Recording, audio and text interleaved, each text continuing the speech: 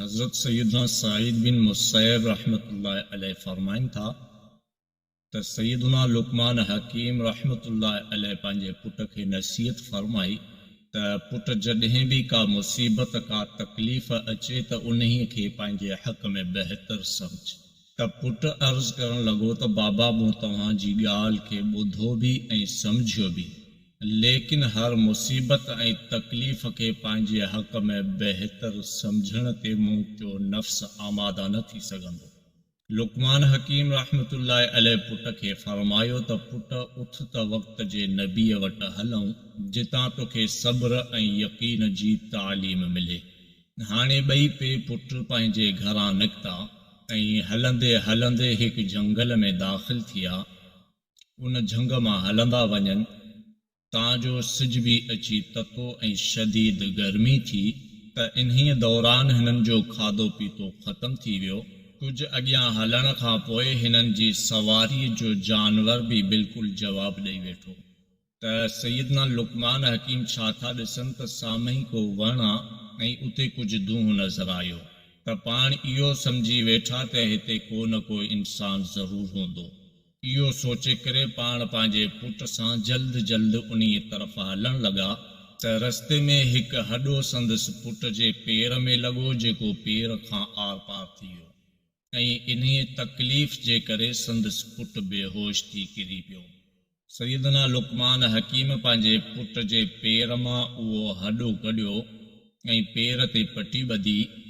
जॾहिं पंहिंजे पुट जी बेहोशीअ खे ॾिठो, उन्हे जी तकलीफ़ खे ॾिठो त पाण अज़ ख़ुदि रोइण लॻा ऐं संदन लुड़क जॾहिं पुट जे चेहरे ते किरियो त पुट खे होश आयो ऐं अर्ज़ करण लॻो त ए अब्बा जान तव्हांखे त सब्र करणु खपंदो हो।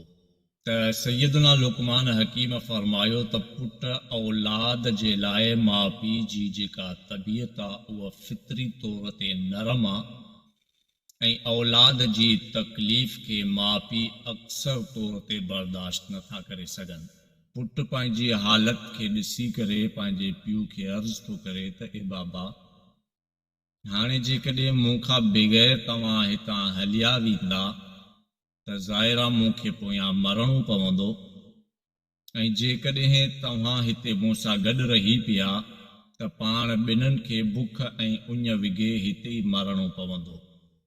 हाणे भला मूंखे ॿुधा इन्हीअ तकलीफ़ में कहिड़ी भलाई आहे। पीउ ऐं पुट पाण में गुफ़्तगू फरमाए रहिया हुआ त ग़ैब खां आवाज़ आई त छा तूं लुकमान आहीं? त लुकमान हकीम चवण लॻो हा आउं लुकमान आहियां। ऐं पोइ सवाल थियो छा तूं हकीम आहीं? त पाण अर्ज़ करण लॻा हा आउं हकीम आहियां। वरी आवाज़ आयो त तुंहिंजो नादान पुट तोसां छा गुफ़्तगू पियो करे?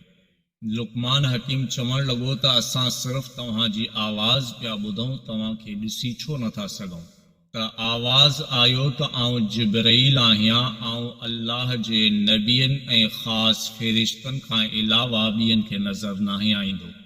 ऐं लुकमान हकीम खे फरमाइण लॻा त मूंखे अल्लाह तबारक व तआला फ़िलाणे शहर खे ग़रक़ करण जो हुकुम ॾिनो त मूं ॾिठो त तव्हां पे पुट बि उन शहर जे तरफ़ वञी रहिया आहियो त मूं अल्लाह खे अर्ज़ कयो त ए मुंहिंजा अल्लाह ही शहर ग़रक़ थियण वारो आहे, हिननि पे पुट खे शहर में दाख़िल थियण खां बचा।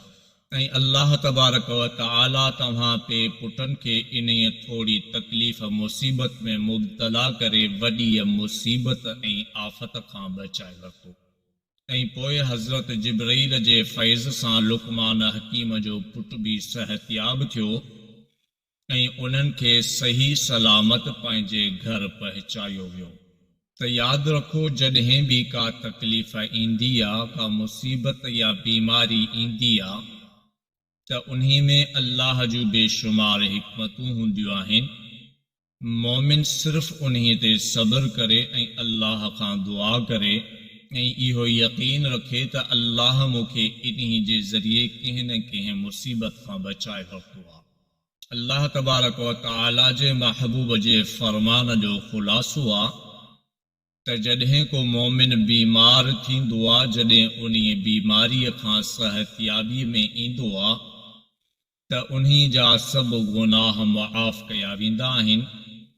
अगर उन्हीं बीमारीअ जे अंदरि उन्हीं जो इंतकाल थी तो वञे त उहो गुनाहनि खां पाक थी करे जन्नत जे तरफ़ हलियो वियो। त गुनाहनि खां मथे का बि मुसीबत या का बि तकलीफ़ ॿी नथी थी सघे। जहन्नम जे अज़ाब खां वधी करे को बि अज़ाब नथो थी सघे। जेकॾहिं अल्लाह कुझु तकलीफ़ ॾेई, बीमारी ॾेई, बुख उञ ॾेई बाने जा गुनाह मुआफ़ करे उन्हीं खे जन्नत में दाख़िल करण थो चाहे ऐं उन्हीं खे जहन्नम जे वॾे अज़ाब खां बचाए पियो, त हर समझदार इन ॻाल्हि खे सम्झी सघे थो त इहो सौदो महांगो नाहे।